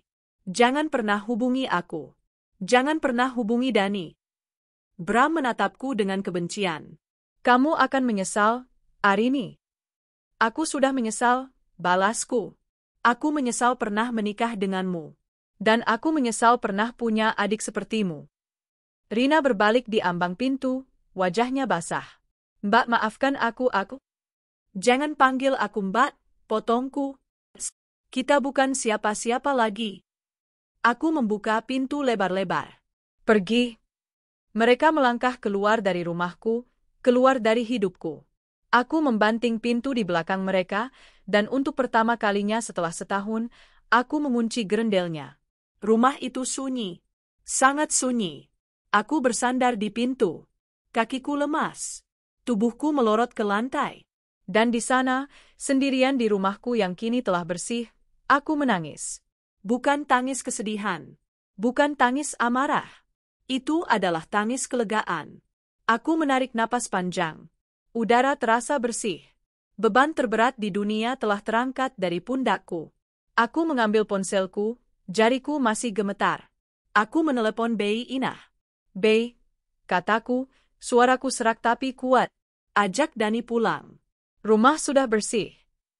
Pintu itu tertutup. Gerendelnya terkunci. Aku bersandar di pintu kayu yang kokoh itu, pintu yang memisahkan masa laluku yang busuk dengan masa depanku yang kosong. Sunyi. Rumah ini tidak pernah sesunyi ini. Tidak ada lagi tawa Manjarina, tidak ada lagi langkah kaki berat Bram. Hanya ada aku dan detak jantungku sendiri. Aku menangis. Bukan tangisan histeris seperti di klinik. Ini adalah tangisan yang dalam, hening, dan melegakan. Seperti mengeluarkan nanah dari luka yang sudah terlalu lama bengkak. Aku menangis untuk Arini yang naif, Arini yang terlalu percaya, Arini yang bekerja keras demi orang-orang yang salah. Aku menangis sampai air mataku kering. Lalu aku bangkit. Aku berjalan ke kamar mandi, membasuh wajahku yang bengkak. Pantulan di cermin menunjukkan seorang wanita yang hancur. Mata merah, rambut berantakan. Tapi di balik kehancuran itu, ada sesuatu yang baru. Sebuah kilat baja di mataku. Aku menelepon Bei Inah. Bei, ajak Dani pulang. Rumah sudah bersih. Setengah jam kemudian, mereka tiba. Dani berlari masuk, masih memegang es krim yang mulai meleleh. Mama, tadi Dani lihat. Celotehnya terhenti. Dia memandang sekeliling ruang tamu yang lengang. Dia anak yang cerdas. Dia bisa merasakan perbedaannya. Mama, Papa mana? Tante Rina kok enggak kelihatan? Aku berlutut di depannya, memegang kedua bahu kecilnya. Aku menatap matanya, mata yang sama yang telah menyaksikan terlalu banyak hal buruk. Aku tidak akan berbohong padanya lagi.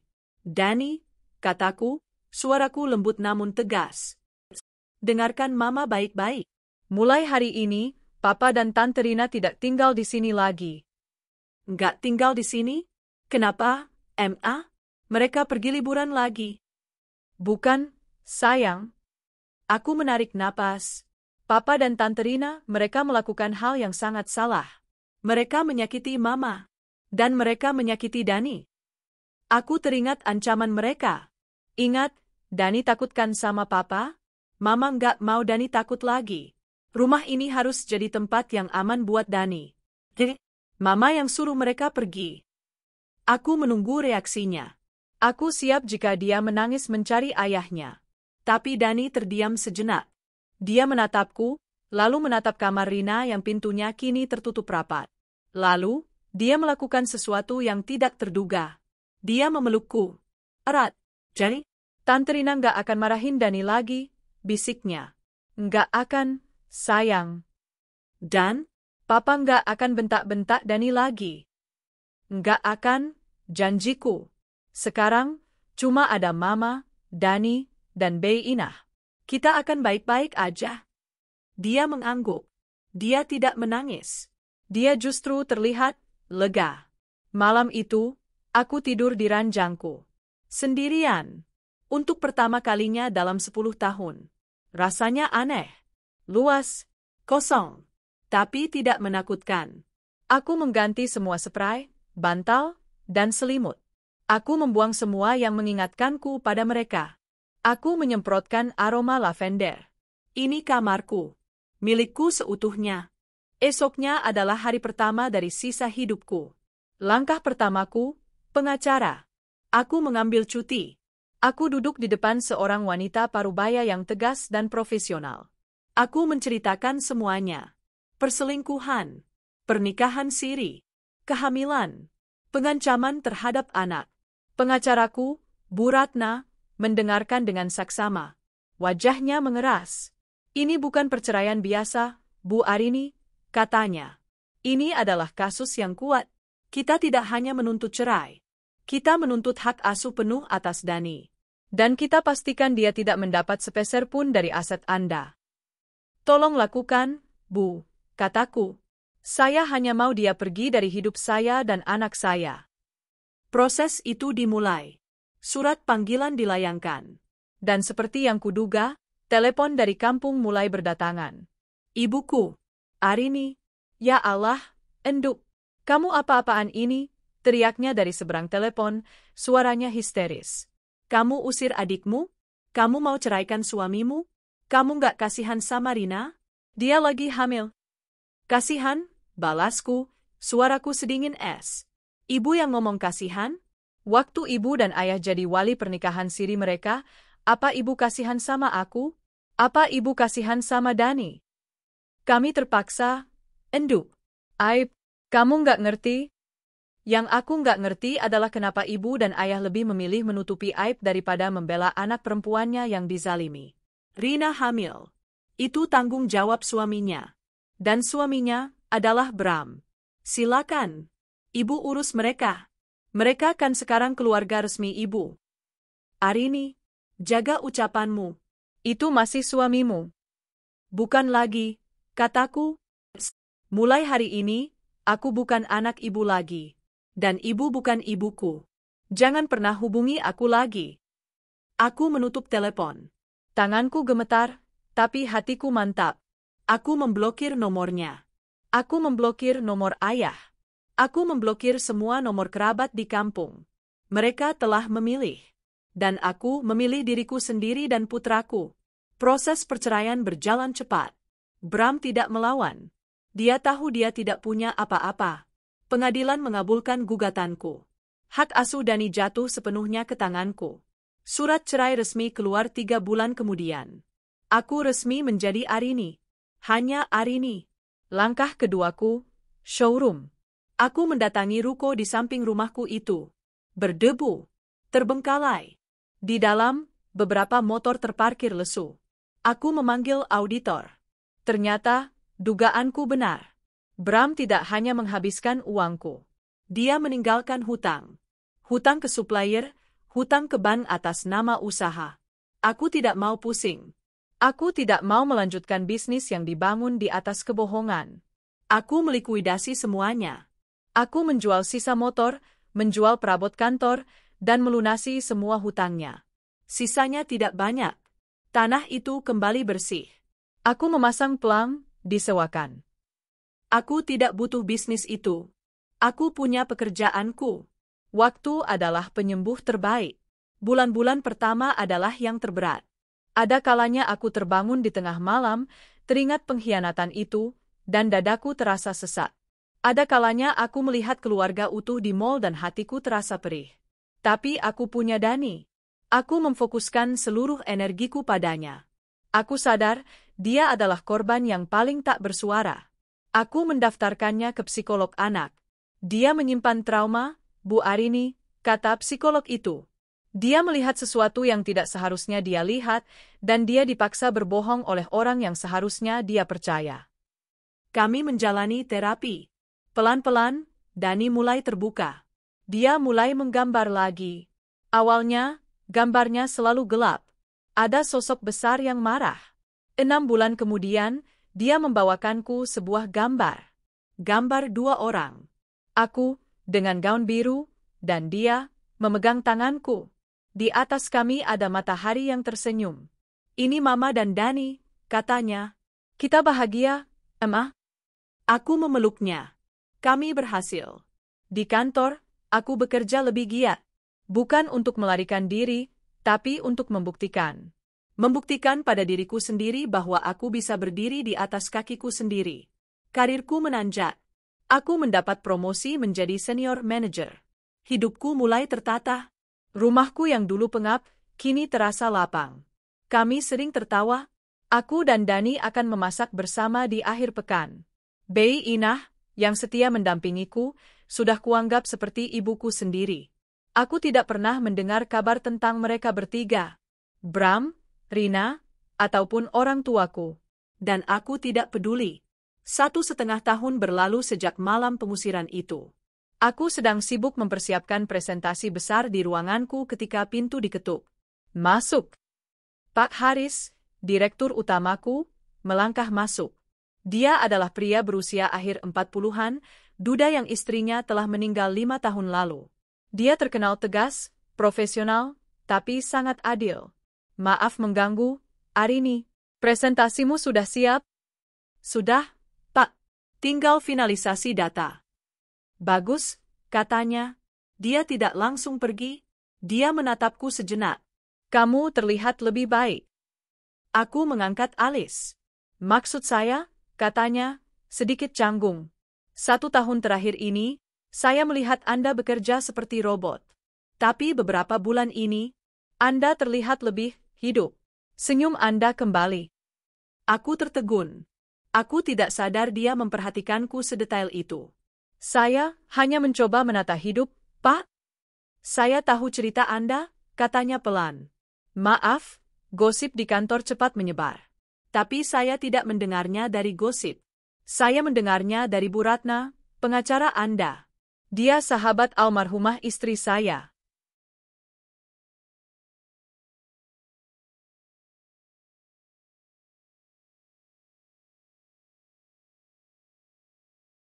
Aku terdiam.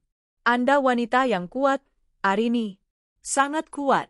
Anda berhasil melewati badai yang bisa menenggelamkan kebanyakan orang. Terima kasih, Pak. Haris, katanya. Di luar jam kerja, panggil saya Haris. Itulah awalnya. Dimulai dari makan siang di kantin. Lalu obrolan ringan tentang pekerjaan. Lalu merembet ke hal-hal pribadi. Tentang Dani. Tentang almarhumah istrinya. Dia berbeda dari Bram. Dia pendengar yang baik. Dia tidak pernah memotong ucapanku. Dia menghargai pendapatku. Dan matanya saat dia menatapku, matanya penuh dengan rasa hormat. Bukan nafsu. 6 bulan kemudian, setelah memastikan aku dan Dani benar-benar nyaman, dia mengajak kami makan malam di luar. Om Haris, sapa Dani, yang kini sudah kelas 5 dan jauh lebih percaya diri. Hei, jagoan, balas Haris, menepuk bahunya. Mereka mengobrol tentang video game. Haris, ternyata, juga seorang gamer. Aku hanya tersenyum melihat mereka. Tidak ada kecanggungan. Rasanya pas. Dalam perjalanan pulang, Dani berkata dari kursi belakang. Om Haris baik, ya. Dia nggak kayak Papa. Hatiku menghangat. Malam itu, setelah mengantar kami sampai depan pintu, Haris menahanku sejenak. Arini, katanya, suaranya serius. Aku tahu kamu sudah melalui banyak hal. Dan aku tidak bermaksud merusak ketenangan yang sudah kamu bangun. Dia mengambil napas. Tapi aku jatuh cinta padamu. Sejak lama. Aku menghargai caramu berjuang. Aku mengagumi caramu membesarkan Dani. Dan aku ingin menjadi bagian dari hidup kalian. Bukan sebagai pengganti, tapi sebagai pelengkap. Dia tidak berlutut. Dia tidak memberikan cincin. Dia hanya berdiri di sana, menatapku dengan tulus. Aku tidak akan memaksamu. Pikirkanlah. Tapi aku ingin kamu tahu, aku serius. Aku ingin membangun keluarga baru denganmu dan Dani. Air mataku menetes. Tapi kali ini, Air mata itu adalah air mata kebahagiaan. Ketakutanku akan komitmen, lukaku karena pengkhianatan, semua luntur oleh ketulusannya. Aku mengangguk. Ya, Haris, aku mau. Kami menikah 3 bulan kemudian. Sebuah akad nikah sederhana di taman, hanya dihadiri teman-teman terdekat, Bei Inah, Bu Ratna, dan tentu saja, Dani, yang dengan bangga berdiri di samping Haris sebagai pendamping prianya. Ternyata Allah memang baik. Dia mengambil sepasang pengkhianat yang busuk dan menggantikannya dengan seorang pria yang jauh lebih baik. Seorang pria yang menjadikanku ratu, bukan pesuruh. Seorang pria yang menyayangi Dani seperti anaknya sendiri. Kami bahagia. Keluarga kecil kami yang baru, dibangun di atas puing-puing masa lalu, tapi kini berdiri kokoh dengan pondasi kejujuran dan rasa hormat. 2 tahun telah berlalu sejak hari di mana aku membanting pintu, mengusir 2 pengkhianat itu dari hidupku. 2 tahun. Waktu yang terasa singkat namun begitu padat. Hidupku kini adalah antitesis dari neraka yang dulu kutinggali. Aku, Arini, kini adalah istri dari Haris, pria yang mengenalku di titik terendahku dan mengangkatku dengan rasa hormat. Kami tinggal di rumah baru, di kawasan yang lebih tenang. Rumah yang kami pilih bersama. Tidak ada lagi showroom di samping rumah. Tidak ada lagi kamar untuk parasit. Setiap sudut rumah ini dipenuhi tawa. Dani, putraku, kini telah tumbuh menjadi remaja yang cemerlang. Dia sudah kelas 6, bersiap masuk SMP. Trauma masa kecilnya telah memudar, digantikan oleh rasa percaya diri. Dia memanggil Haris dengan sebutan, Ayah. Ayah, serunya di suatu minggu pagi. Tolong bantu aku kerjakan PR matematika ini. Mama ngajarnya terlalu cepat. Haris tertawa dari meja makannya, meletakkan korannya. Siap, jagoan. Sini, bawa. Aku mengamati mereka dari dapur, tanganku memegang secangkir kopi hangat. Hati ini penuh. Ini adalah keluarga. Ini adalah kebahagiaan yang sesungguhnya. Kebahagiaan yang dibangun di atas kejujuran, bukan di atas kebohongan dan air mata orang lain. Ponselku yang tergeletak di meja bergetar. Sebuah pesan WhatsApp dari nomor tak dikenal. Aku membukanya. Itu dari Wita, sepupuku yang masih tinggal di kampung. Kami sudah bertahun-tahun tidak berkomunikasi, sejak aku memutuskan hubungan dengan keluargaku di sana. Mbak Arini, ini Wita. Maaf sekali mengganggu. Mbak apa kabar? Semoga Mbak dan Dani sehat selalu. Aku ragu sejenak sebelum mengetik balasan singkat. Alhamdulillah baik, Wit. Ada apa? Jawabannya datang beberapa saat kemudian, panjang dan ragu-ragu. Ma, Wita cuma mau kasih kabar. Rina. Jantungku berdebar sepersekian detik, tapi kemudian tenang kembali. Rasa penasaran, bukan rasa sakit. Dia kenapa? Dia sudah di kampung, Mbak? Sudah setahun lebih. Dia ditinggal Mas Bram. Aku duduk di kursi. Waktu itu, setelah Mbak usir, mereka sempat mengontrak di Jakarta. Tapi Mas Bram, yang sudah nggak punya showroom dan nggak punya uang dari Mbak lagi, ternyata memang pemalas. Dia nggak mau kerja berat. Uang tabungan mereka habis. Katanya, setelah Rina melahirkan anaknya, laki-laki, Mbak, Mas Bram pergi begitu saja. Entah kemana. Bilangnya mau cari kerja, tapi nggak pernah kembali. Rina, dengan bayinya, akhirnya kehabisan uang dan pulang ke rumah ayah dan ibu. Dia menangis-nangis. Sejak itu, dia tinggal di rumah. Pesan berikutnya masuk. Dan, soal Mas Bram. Kabarnya hidupnya hancur, Mbak. Dengar-dengar dia terlilit utang pinjol, mencoba menipu di sana-sini. Nggak ada yang tahu pasti dia di mana. Dia hilang di telan bumi. Benar-benar nggak tanggung jawab. Aku terdiam. Takdir, karma. Sebut saja apapun itu. Aku menarik napas. Aku tidak merasakan kemenangan. Aku tidak merasakan kebahagiaan di atas penderitaan mereka. Yang kurasakan hanyalah kelegaan. Kelegaan bahwa aku sudah keluar dari lingkaran setan itu. Lalu, pesan terakhir dari Wita masuk. Pesan yang menegaskan segalanya. Mbak, ayah dan ibu sekarang sakit-sakitan. Mengurus Rina dan anaknya. Mereka malu. Mereka titip pesan, Mereka minta maaf sama Mbak. Tapi, kalau Rina masih sama, Mbak. Dia masih nggak terima dengan apa yang terjadi. Dia masih menyalahkan Mbak. Dia bilang, hidupnya hancur begini karena Mbak mengusir dia dari rumah. Sampai detik ini, dia nggak pernah sekalipun merasa bersalah sudah mengkhianati Mbak.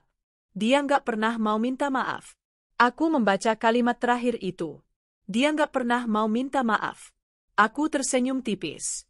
Tentu saja. Manusia seperti Rina tidak akan pernah berubah. Dia akan selamanya menjadi korban dalam ceritanya sendiri, menyalahkan semua orang atas nasib yang dia ciptakan dengan tangannya sendiri. Aku menutup pesan itu. Sayang, ada apa? Suara Haris membuyarkan lamunanku.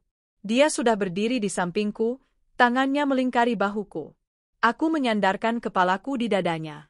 Aku menatap Dani yang sedang tertawa sambil berdebat soal rumus dengan ayah barunya. Aku menggeleng. Bukan apa-apa, bisikku. Cuma berita dari masa lalu. Aku mematikan ponselku. Aku tidak membalas pesan Wita lagi. Aku sudah tidak peduli.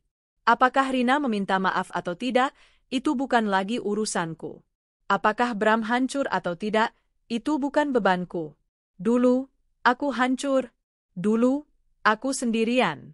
Tapi Allah menggantikan apa yang hilang dengan yang jauh lebih baik. Aku sudah mengikhlaskan semua kepahitan itu. Aku sudah memaafkan, bukan untuk mereka, tapi untuk diriku sendiri. Untuk melepaskan belenggu kebencian itu agar aku bisa melangkah ringan. Aku memaafkan mereka, agar aku bisa bahagia. Dan kini, aku memandang keluargaku yang baru. Kebahagiaanku yang sesungguhnya. Masa lalu biarlah terkubur.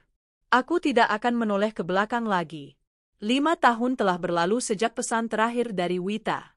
7 tahun sejak malam di mana aku membanting pintu dan merebut kembali hidupku. Waktu adalah penyembuh yang ajaib. Ia tidak menghapus bekas luka, tapi ia menumbuhkan kulit baru yang lebih kuat di atasnya. Rumah kami, rumahku dan Haris, kini terasa semakin penuh. Bukan dengan barang, tapi dengan kehidupan. Dani, jagoanku, telah tumbuh menjadi pemuda 17 tahun yang tampan dan cerdas, mewarisi ketenangan Haris dan tekad bajaku. Tahun ini, dia sedang sibuk mempersiapkan diri untuk kuliah di luar negeri, sebuah impian yang dulu tak berani kubayangkan. Dan 3 tahun lalu, Allah memberiku anugerah sekali lagi. Seorang putri kecil bermata jernih, yang kami beri nama Cahaya. Dia adalah pelengkap. Dia adalah tawa di pagi hari dan pelukan hangat di malam hari. Dia adalah bukti nyata bahwa setelah badai tergelap sekalipun, matahari akan terbit. Haris adalah sauhku. Pria itu, dengan kesabarannya yang tak terbatas, telah mengajariku cara percaya lagi. Dia mencintai Dani tanpa syarat, dan dia memujaku dengan cara yang tak pernah Bram pahami. Kami adalah tim. Mitra yang setara. Aku telah lama memaafkan. Bukan karena mereka pantas mendapatkannya, tapi karena aku pantas mendapatkan kedamaian. Kebencian adalah racun yang hanya akan menyakiti peminumnya. Aku telah membuang cangkir racun itu jauh-jauh. Aku sedang menyiram anggrek di teras belakang ketika ponselku bergetar. Lagi-lagi, nomor dari kampung. Kali ini, Bude Sastri, kakak dari ayahku. Aku sudah lama tidak memblokir mereka. Aku hanya tidak pernah mengangkatnya. Kali ini, entah kenapa, aku mengangkatnya. Assalamualaikum, Enduk Arini. Suara tua itu terdengar ragu. Waalaikumsalam, Bude. Apa kabar? Terdengar helaan napas lega di seberang. Baik, Enduk. Alhamdulillah kamu mau angkat. Bude, cuma mau menyampaikan kabar. Ayahmu sudah setahun lalu berpulang. Jantungku terdiam sesaat. Ibumu, lanjutnya, menyusul 6 bulan kemudian. Mereka sakit-sakitan, Enduk. Penuh penyesalan. Sebelum meninggal, ibumu selalu menyebut namamu dan Dani. Minta maaf. Aku memejamkan mata. Ada setitik perih, tapi bukan luka. Itu adalah rasa duka yang wajar untuk 2 orang yang pernah menjadi segalanya bagiku. Innalillahi wa inna ilaihi raji'un, bisikku.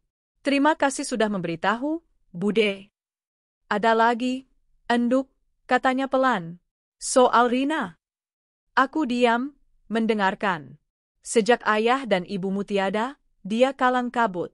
Rumah peninggalan orang tuamu terpaksa dijual untuk menutupi hutang-hutang yang ditinggalkan Bram, yang entah di mana. Sekarang, Rina dan anaknya, Rio, mereka tinggal di rumah kontrakan petak yang sempit di pinggir pasar. Rina kerja jadi buruh cuci, anduk. Anaknya, Rio, sudah kelas 1 SD. Anak itu, pendiam sekali. Kasihan. Aku menarik napas panjang. Dia? Aku ragu sejenak. Apa dia pernah menanyakan aku? Bude Sastri terdiam sejenak. Tidak, enduk. Rina MU itu keras. Dia masih seperti dulu. Dia masih merasa dunia tidak adil padanya. Dia masih menyalahkan keadaan. Menyalahkan kamu. Aku tersenyum. Bukan senyum sinis. Hanya senyum pemahaman. Tentu saja. Dia tidak akan pernah berubah. Dia telah memilih jalannya. Begitu ya, Bude, kataku tenang. Tolong, kirimkan aku nomor rekening Bude. Aku akan kirim sedikit rezeki. Tolong belikan Rio seragam sekolah baru dan perlengkapan lainnya. Atas nama Bude saja. Jaga kesehatan Bude, ya. Aku menutup telepon. Aku tidak mengirim uang untuk Rina. Aku mengirimnya untuk anak tak berdosa itu. Itu adalah urusan terakhirku dengan mereka. Mam. Aku menoleh. Cahaya berlari ke arahku, kakinya yang mungil terhuyung-huyung. Haris berjalan di belakangnya, tersenyum lebar. Lihat, Kak Dani keterima di universitasnya, seru Haris, mengacungkan surat elektronik di tabletnya. Dani berlari keluar, memelukku erat. Aku berhasil, Aku berhasil. Aku memeluk Dani, menggendong Cahaya dengan sebelah tangan, dan memegang erat tangan Haris. Di sini. Di teras belakang rumah kami, di bawah sinar matahari sore yang hangat, aku memandang 3 wajah yang paling kucintai di dunia. Masa lalu telah terkubur. Pengkhianatan itu telah menjadi abu. Dan di atas abu itu, aku telah membangun sebuah istana baru. Aku, Arini, akhirnya benar-benar utuh. Dan aku bahagia.